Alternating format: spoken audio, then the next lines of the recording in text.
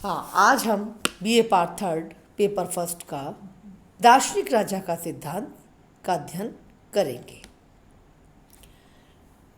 प्लेटो ने अपने दर्शन की व्याख्या रिपब्लिक की पुस्तक 5 और 6 में की है।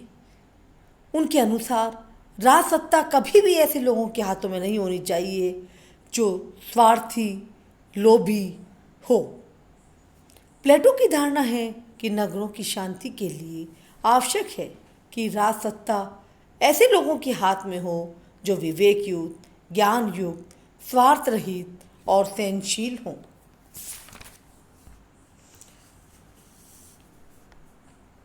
प्लेटो ने अपने दार्शनिक शासक में निम्नलिखित गुण होने चाहिए: विवेक का प्रेमी, सत्य का अनुगामी, न्याय का प्रेमी, निस्वार्थी, आत्मनियंत्रण, स्मरण शक्ति और शांत स्वभाव होने चाहिए। दार्शनिक शासक में प्लेटो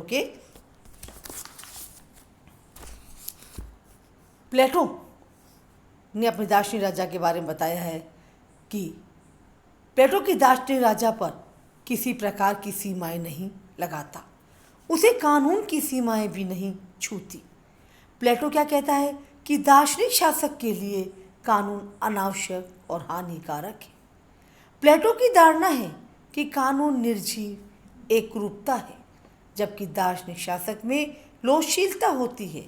प्लेटो लिखता है कि जिस प्रकार एक अच्छे चिकित्सक को चिकित्सा शास्त्र की पुस्तकों से नुस्खा बनाने के लिए बाध्य करना अनुचित है, उसी प्रकार एक दार्शनिक शासक को कानून की सीमाओं में बांधना अनुचित है। इस संबंध में बहुत चौकटियां लिखी कन्फ्यूशियस ने प्लेटो के लिए कि जहाँ राजा सद्गुणी है वहाँ कानून क्या है? अनावश्यक, और जहाँ राजा सद्गुणी नहीं है वहाँ कानून निरर्थक है।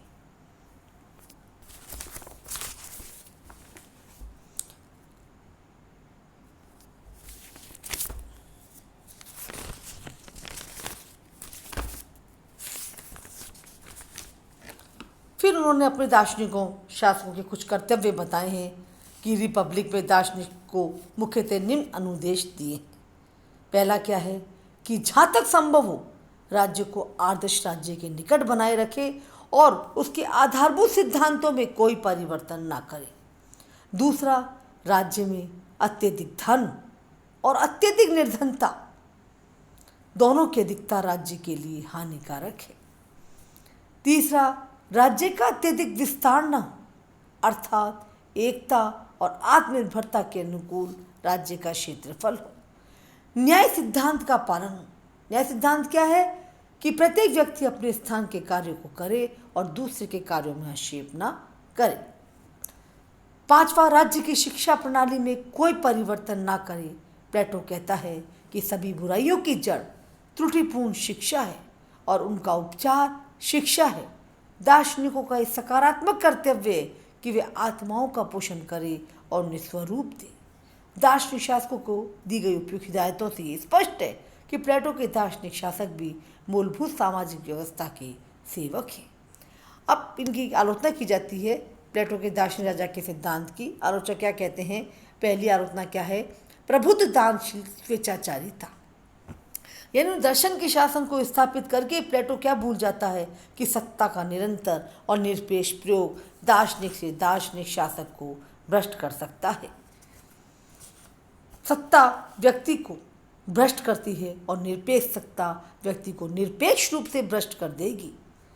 प्लेटो का दार्शनिक उन्हीं दोषों से पीड़ित हो सकता है जिनका वह निवारण करना चाहता है।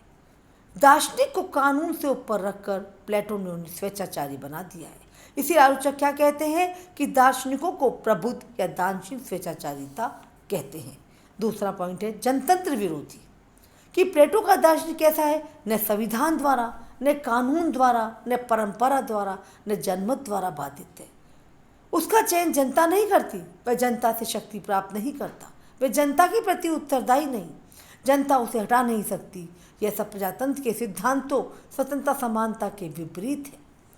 यह व्यक्तियों को क्रियाशील बनाने के स्थान पर जड़ मशीन के पुर्जे मात्र बना देता है। प्लेटो की धारणा है कि सद्गुण कुछ लोगों का विशेष अधिकार है और वो किसमें है?